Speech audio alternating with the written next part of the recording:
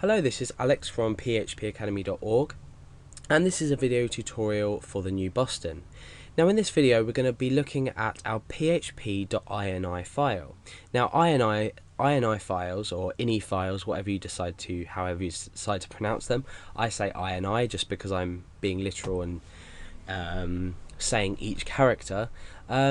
Is basically a configuration file. So you know that as soon as we see the file php.ini, we automatically know that this is a PHP configuration file. Now, what is our configuration file, our PHP configuration file, and where can we find it?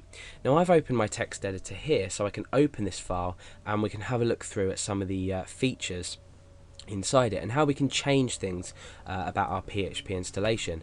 So you can have a good look at this, maybe print it out, take it around with you, look at different things, because it's really useful to get to know inside of your php.ini file, because a lot of PHP problems that you'll later realize when you're coding actually come down to the settings in your php.ini file. So let's create an open dialog, open up an open dialog. Now you can see that at the moment I'm in c:\\examp/php. Now this is because I'm running an examp package. You can see here I've got my examp control panel open, and I've got Apache MySQL running, blah blah blah. This is just my package that I've installed that contains Apache along with PHP installed with Apache. So this is our folder with PHP, and it's got all the information and the runtime DLLs about with regards to our PHP installation. Now obviously the file we want is, let's just find it, it would be here, is php.ini. So this is the typical location depending on whether you've installed PHP yourself, if you've installed Apache and PHP yourself, or if you're using a package such as xamp, lamp, some of the others ones, we've got wamp, I think. So let's go ahead and just open up our php.ini. Now obviously if you are having trouble finding this, you can just do a local search on your computer. Just make sure it looks like it's in a sort of relative location to your local web server. Okay, so when we open up this file, you notice that we have a warning and a bit about php.ini. Now this is very important. By default, PHP installs itself with a configuration suitable for development purposes and not for production purposes. Now what this means is the default installation php.ini is not suitable for when you were to, if you were to say, okay, so I've got a local web server on my computer. Here's my IP address. You can see what pages I'm running. Always, always, always, when you want to show people or release PHP files or a project that you've created, always upload it to a paid hosting or a free hosting, but some kind of commercial hosting website. Because what you don't want is you don't want to have the inexperience of not setting this file up properly and you suffering for that. So there's lots of security aspects that when we enable settings and disable settings in this php.ini file, we tend to find that we're allowing ourselves vulnerability.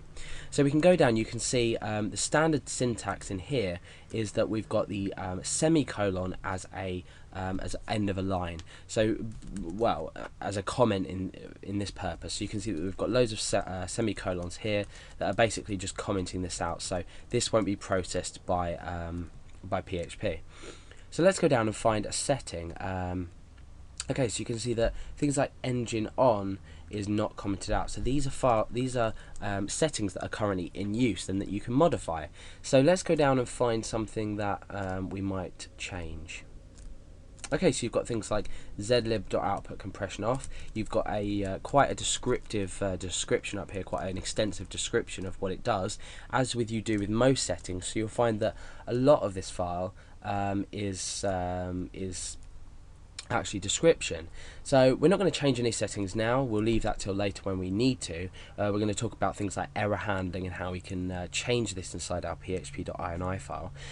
Just one more note is when you make a modification to php.ini, if you were to say print this out and go through and read it, and you might get to a stage in your programming where you know that you want to change a value.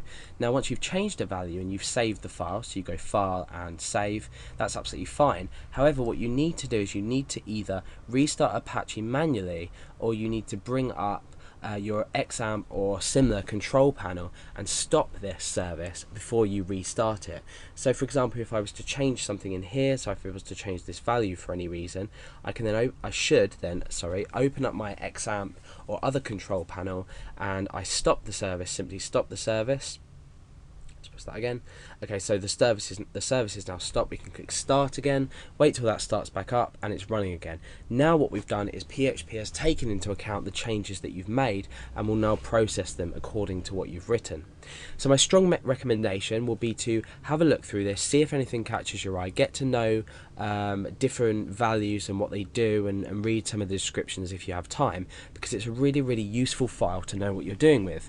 A lot of PHP problems that crop up, like I said, are to do with files or to do with the values in this, either being disabled or enabled or switched to something that not allowing a certain piece of code that you're using or certain method you're using on your website or code not to work. So php.ini file is basically the PHP configuration file for PHP.